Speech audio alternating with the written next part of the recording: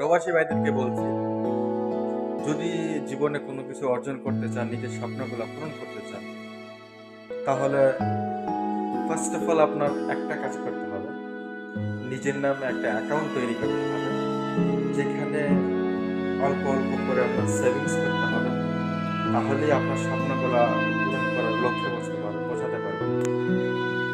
আপনার স্বপ্নগুলো আপনি অ্যাচিভ করতে পারবেন, নয়তো কখনো পসিবল না। প্রবাসে থেকে মানে আপনি যত টাকাই ইনকাম করেন, যত পরিশ্রমী করেন, মাসে যদি 2 লাখ টাকা 3 লাখ টাকাও ইনকাম করেন, ফ্যামিলিকে যদি সবগুলো টাকা আপনি দিয়ে দেন, তারপরও ফ্যামিলিতে অভাব থাকবে। ফ্যামিলির শত অভাব থাকা সত্ত্বেও আপনার লাইফ সিকিউরিটি করার জন্য, আপনার লাইফে কিছু অ্যাচিভ করার জন্য, নিজের ভবিষ্যৎটা গোছানোর জন্য অল্প অল্প করে নিজে সেভিং করুন, অল্প অল্প করে নিজের ভবিষ্যৎ করুন। নিজের ফ্যামিলি আছে,